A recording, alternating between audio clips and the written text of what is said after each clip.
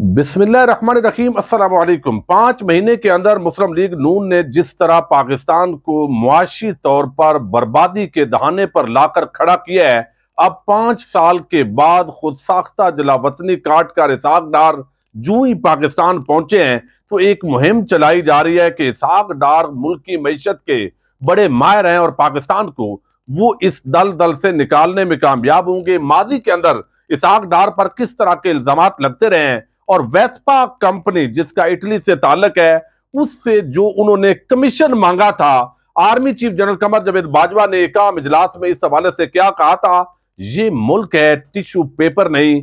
जावेद चौधरी ने डार की किस तरह जई तई की थी और एंकर कामरान खान ने फौजी क्यादत समेत सिविल क्यादत पर बड़े सवालात उठाए हैं। इसी से हम आज की वीडियो का आगाज करेंगे और मैं उम्मीद करूंगा कि आप समाप्त करने के बाद हमेशा की तरह अपने कीमती फीडबैक से जरूर आगाह करेंगे।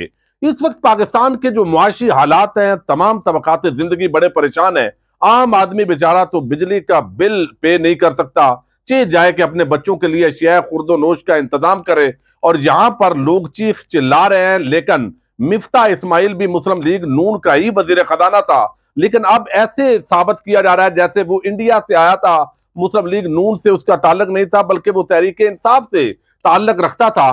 तो अब हमारा असल वजीर खजाना अब आया है। ये बेसिकली मुस्लिम लीग नून की हमेशा एक गेम होती है, जैसे चचा और भतीजी की ऑडियो लीक हुई है कि अवाम को हमने कहना है कि मैं इस महंगाई के साथ नहीं हूं, बड़ी तकलीफ होती है, रात को नींद भी नहीं आती और वैसे तेल की कीमतें बढ़ाने के लिए चचा को कहना है चचा बढ़ा दो। तो ये नवाज ग्रुप और शहबाज ग्रुप, ये ग्रुप जो है ये कौम के साथ मुसलसल गेम खेलता है। लेकिन इस तरह के मनी लॉन्ड्रिंग करने वाले लोग, चोरी डकैती आमदन से ज्यादा सजात के जिन पर इल्जामात हैं, जब आम मुद्दों पर उनको लाया जाता है और इस कौम पर मुसल्लत किया जाता है तो फिर सवालात यकीनी तौर पर उठते हैं। पाकिस्तान के मुख्तदार हल्के जो यकीनी पाकिस्तान की जो सिक्योरिटी है उनके बड़े कंसर्न होते हैं, वो बहुत जो है वो बारीक बीनी से सारे मामलात को देख रहे होते हैं, तो उनकी उस सलाहियत और काबिलियत पर भी बड़े सवालात उठाए जाते हैं।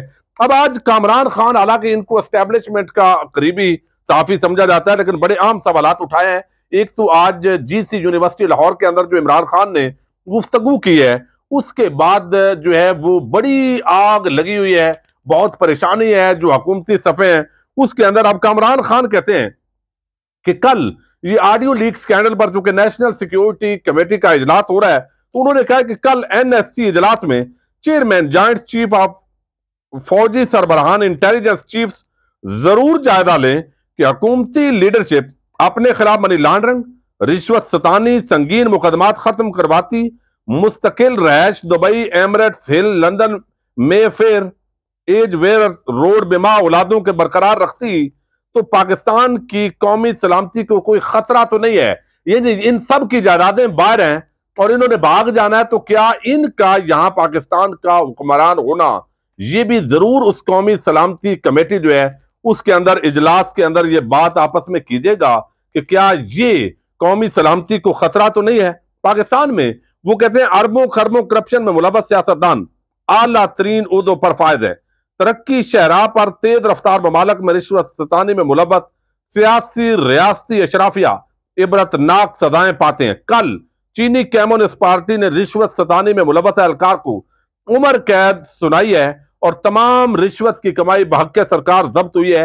यानी चाइना के अंदर तो उम्र कैद सजा होती है और बड़ा सख्त जो है वो एक्शन लिया जाता है जो मुल्क तरक्की याफ्ता है, और पाकिस्तान जैसा मुल्क जो है इसके अंदर जो हालात हैं उन्होंने इस पर सवाल उठाए हैं कि ये बात जो है जब तक नहीं देखी जाएगी कि क्या इसका सिक्योरिटी मामलात के साथ और मुल्क की सलामती के साथ ताल्लुक है, तो ये एक बड़ा आम मामला है। अब जुमेरात 6 मई 2021 को इसहाक डार की कारकर्दगी पर एक कॉलम लिखा था जावेद चौधरी। हालांकि जावेद चौधरी को नून लीग का सहाफी कहा जाता है और उससे पहले उन्होंने एक और कॉलम लिखा था पाकिस्तान बदल रहा है। तो उस तनाजर के अंदर इसहाक डार ने एक जमाने के अंदर वेस्पा कंपनी से बाकायदा कमीशन मांगी थी।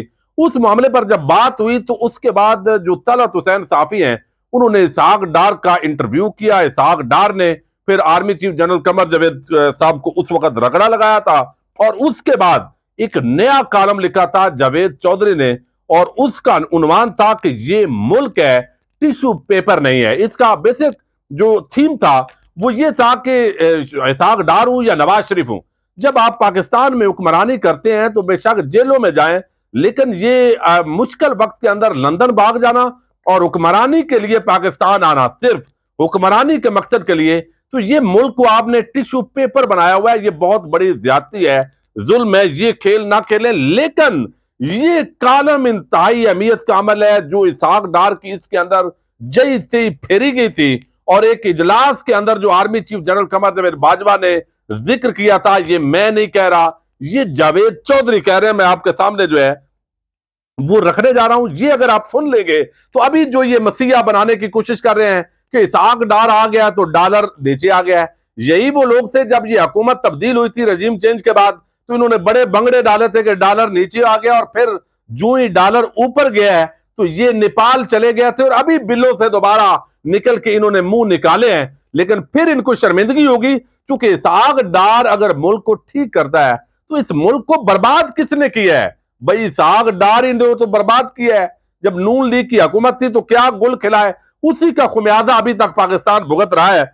अब ये लिखते हैं कालम के अंदर, तीन चीजें हम हैं जो आपके सामने रखनी है। और उस मीटिंग में एक ऐसा शख्स जिस पर हुदैबिया पेपर मिल्स के अंदर जिसने बाकायदा एतराफ किया कि उसने शरीफ खानदान के लिए मनी लॉन्ड्रिंग की, आमदन से ज्यादा सजात के केसेस चल रहे थे, बैरून मुल्क अरबों की प्रॉपर्टीज हैं, बच्चे बैरून मुल्क हैं शरीफ खानदान की तरह, रिश्तेदार हैं आपस के अंदर, लेकिन मुल्क के अंदर यह सिर्फ हुक्मरानी के लिए आने वाला शख्स को एक मसीहा बनाना और कौम को एक नई ट्रक की बत्ती के पीछे लगाने वाले वो तमाम तबका मलामतिया के वो लोग, उनके एक एक शख्स को अभी से आप नोट कीजिए, चंद दिन के बाद जब ये मुल्क की मईशत की बर्बादी करेगा इसहाक डार, तो उनको कानों से पकड़ना है और इस कौम के सामने लाना है कि ये वो लोग हैं जो बुग़्ज़े इमरान में अंधे होकर इस मुल्क को यहां तक लेकर आए हैं। अब वो लिखते हैं कि मेरे कालम में, यानी पहले कालम के अंदर लिखा था, डार साहब से मतलब 3 वाकयात थे, मैं तीनों की तफसील लिख देता हूं और फैसला कारइन पर छोड़ देता हूं।